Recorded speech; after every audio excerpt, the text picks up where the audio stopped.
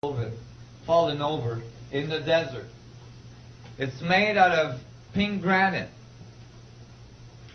It's perfectly polished with copper tools. And this is a person beside it. The statue itself, when they found it, they said, "Oh, let's just move it over there because we're going to build the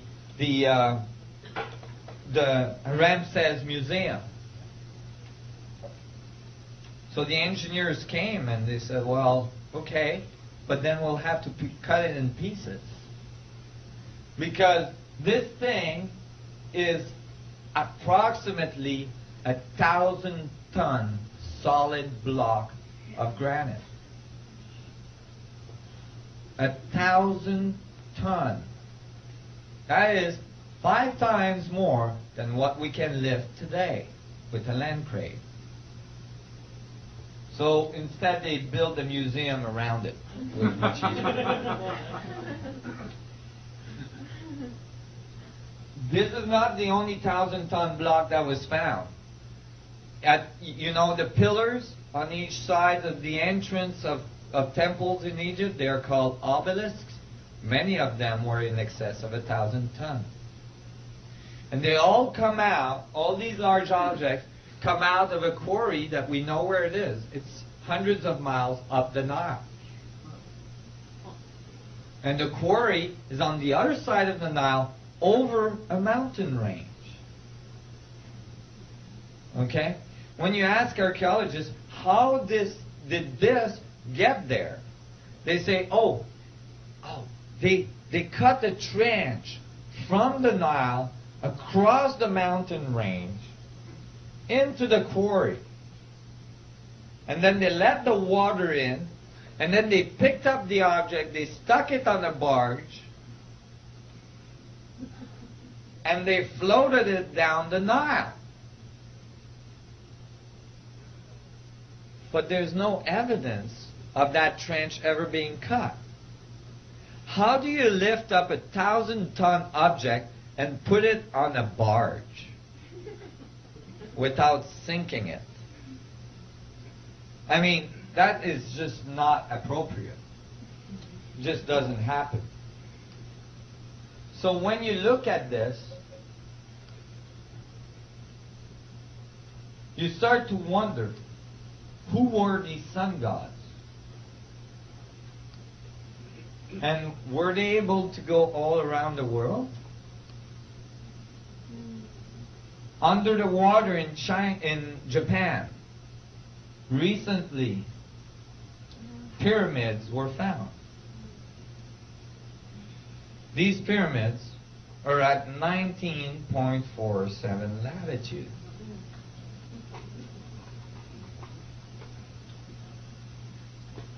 They're enormous pyramids. All the fishermen knew that they were there, but they didn't think it was important, so they didn't tell anybody. And here is another picture of these slabs. They're huge. They're huge blocks. What's really interesting about those is that, you see, you can't date a pyramid. You can't date a monument because carbon dating only carbon dates. You need carbon. Rock doesn't have much carbon in it. Not enough to date it. It has silica, and it has, it has a certain rate of decay and all this. You can date how old is the rock, but that won't tell you when it was cut and assembled into a pyramid. Okay? So actually, archaeologists don't date the monuments. They just find the bones of this poor fellow beside it, or they find a fireplace beside it or something, and then they carbon date that. And they say, oh, it's this dude that built this thing. You see? But when the pyramid goes under the water, oh, now coral growth starts to happen shortly after. And that's carbon datable. So now you can tell at least when the pyramid went under the water. Well, when they carbon dated these pyramids, they went under the water at least 10,000 years ago. The meltdown of the last ice age. When the water rose and covered the earth. There is over 500 flood stories in ancient civilization all around the world, talking about an advanced civilization that was there prior the sun gods and the flooding that occurred that destroyed most of that civilization. Here we might be seeing some of the vestiges of that civilization. Go ahead. Well, Edgar Casey came up with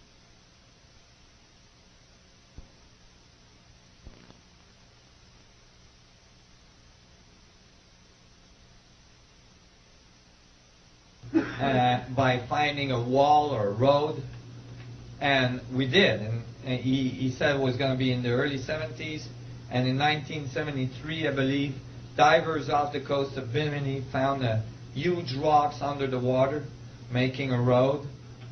And Edgar Casey said we were going to find a chamber under the paws of the Sphinx. And recently, using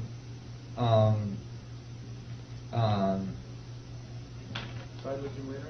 Yeah, I'm sorry. Side-looking radar? Yeah, it's actually seismic reverberation waveform. They were able to look under the paws of the Sphinx, and they found a chamber there. And they say they haven't got into it yet. That's a whole other story. But anyway, these pyramids were found in Egypt. And these ones are datable to 10,000 years. Check out this picture. This was taken during the Second World War by an American pilot that was lost over China.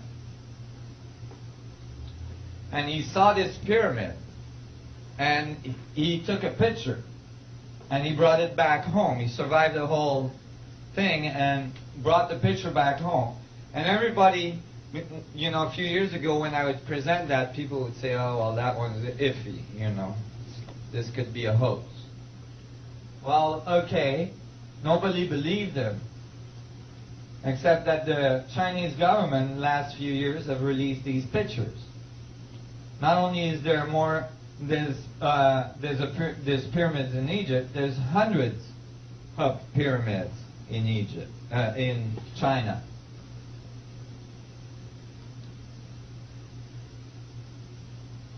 And the Chinese government actually got the farmers to farm on top of the pyramids so that they wouldn't be so apparent by satellite. And the reason why, so here's the poor farmer that got the job.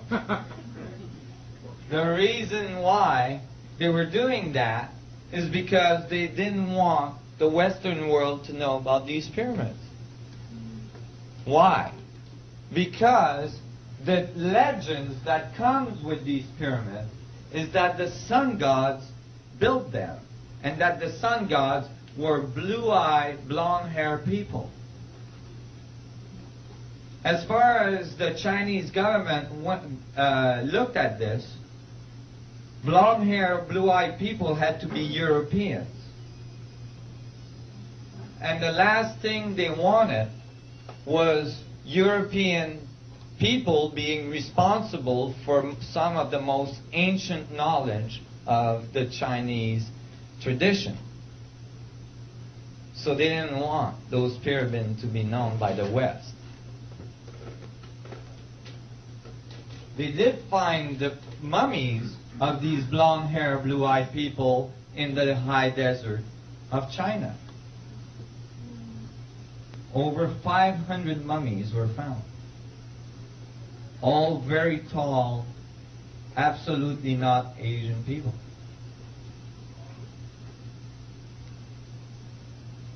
And then you go to the forbidden city of China, the city that holds all the knowledge of the universe, all the knowledge of the sun gods. And at the entrance of the city is the Sphinx, the lion, which in both Egypt and Chinese tradition are the guardian of the knowledge. They guard the knowledge under their paws. And when you look closely at the paw, what do you find?